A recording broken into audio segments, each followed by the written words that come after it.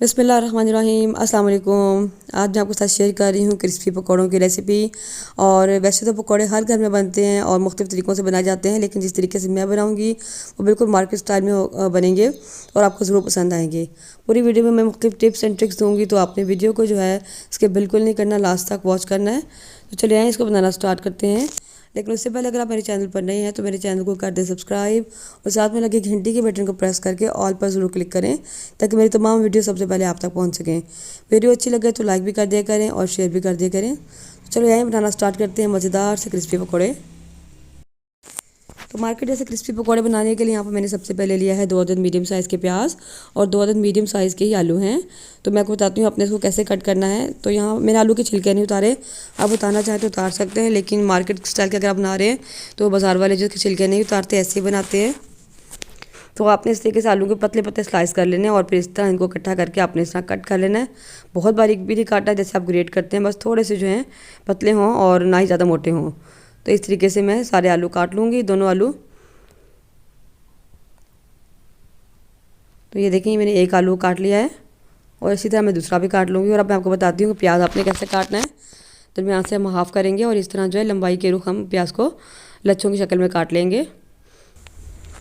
तो बाकी जो हाफ़ है दूसरे वाला उसकी मैं ज़रा साइड चेंज करके काट लूँगी। तो लेकिन काटना अपने इससे लंबाई के रुख ही है।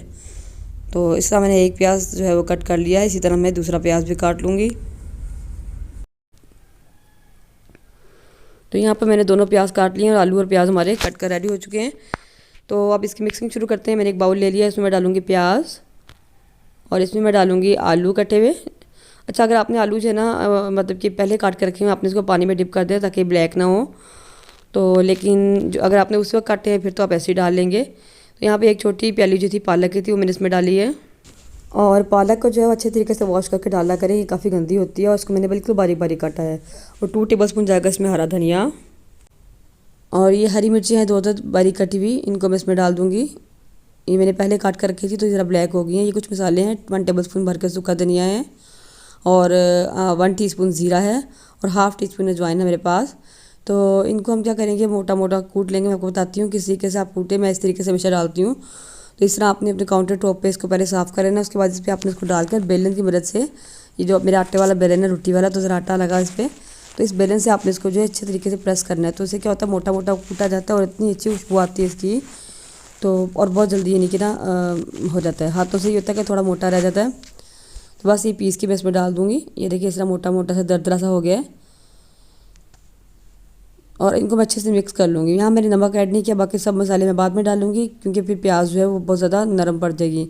तो हम अच्छे तरीके से प्याज को हाथों से दबाते हुए इसके लच्छे अलग कर लेंगे इस तरीके से, और मसल के हम इसका जो है इसके प्याज के लच्छे हम अलग कर लेंगे और तमाम चीज़ें आपस में मिक्स कर लेंगे। और बाकी के मसाले मैं बाद में ऐड करती हूँ। यहाँ जाएगा 1 टीस्पून नमक, हाफ़ टी स्पून कुटी हुई लाल मिर्चें, 1/4 टीस्पून हल्दी पाउडर, 1 टीस्पून भरकर जाएगा लाल मिर्चों का पाउडर। और ये सूखा धनिया मैंने और लिया 1 टेबलस्पून, इसको मैं जो है हल्का सा हाथों से मस लूँगी। ये मैंने जो है लुकिंग वाइज बहुत अच्छा लगता है इस तरह सूखा साबुत डाला हुआ सूखा धनिया, तो मैं थोड़ा सा ये भी ऐड करूँगी इसमें ताकि देखने में अच्छा लगे। तो इन सबको अच्छे से मिक्स कर लेंगे। अच्छा, नमक आप अपनी पसंद के मुताबिक डाला कीजिए, कम या ज़्यादा आप कर सकते हैं, आपकी मर्ज़ी, जितना आप खाना चाहें तो आप उसके मुताबिक एडजस्ट कर लिया करें नमक को।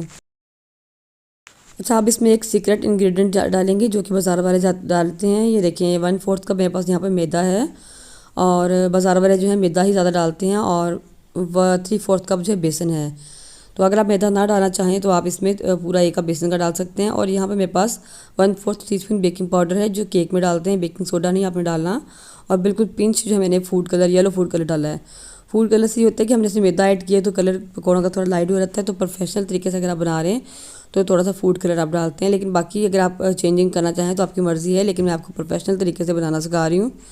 तो यहाँ मैंने 1/4 कप पानी का लिया और मैं इसको अच्छी तरीके से मिक्स कर लूँगी। आपने पानी बहुत थोड़ा थोड़ा ऐड करना है ताकि एकदम से बैटर आपका पतला ना हो जाए, और थोड़ा थोड़ा पानी ऐड करते हैं हम इसको अच्छे से मिक्स कर लेंगे।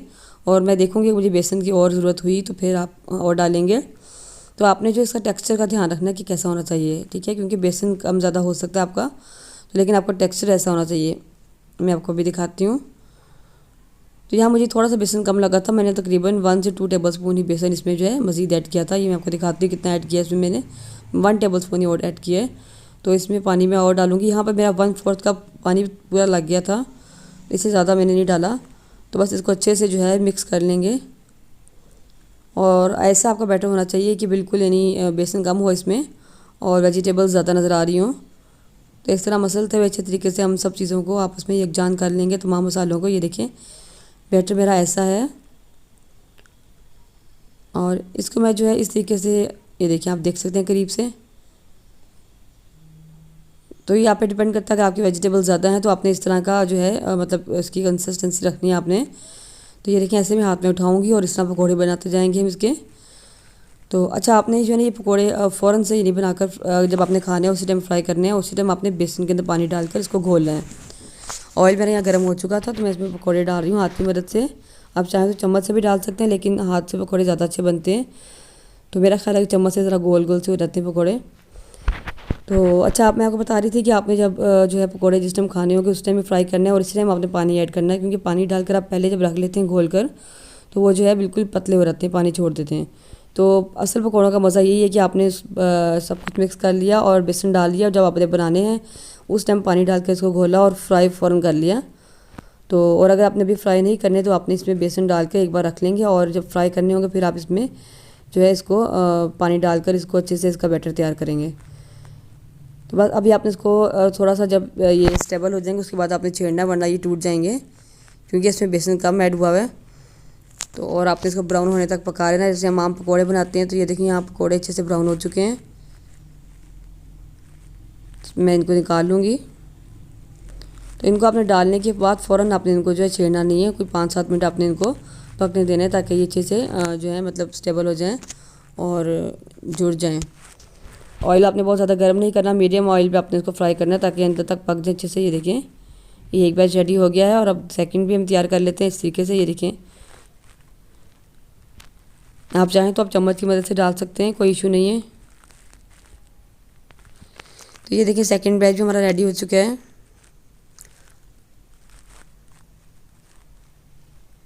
और इसको भी मैं निकाल लूँगी। तो ये देखिए पकौड़े हमारे बनकर तैयार हो चुके हैं। तो इनको आप गरम गरम ही खाएंगे तो ही आपको मज़ा देंगे, और ठंडे हो जाएंगे तो बिल्कुल अच्छे नहीं लगेंगे। जिस टाइम आपने खाना है उस टाइम आप फ्राई करें। बाज़ार वाले भी बिल्कुल गरम गरम ही फ्राई करके देते हैं। ये देखिए आप इसकी लुक चेक करें, माशाल्लाह तो बहुत मज़े के बने थे। आप इस रेसिपी को ज़रूर ट्राई करें। तो बस यहाँ मेरी रेसिपी का जो है इख्तिताम होता है, और मुझे उम्मीद है कि आपको पसंद आई होगी। अगर अच्छी लगी हो तो इस रेसिपी को आप ज़रूर ट्राई करें और मुझे बताएं कि आपको कैसी लगी। तो मिलते हैं किसी नेक्स्ट वीडियो में इंशाल्लाह किसी नई रेसिपी के साथ। तब तक के लिए अल्लाह हाफिज़। दुआ में याद रखिएगा और अपना बहुत सा ख्याल रखिएगा।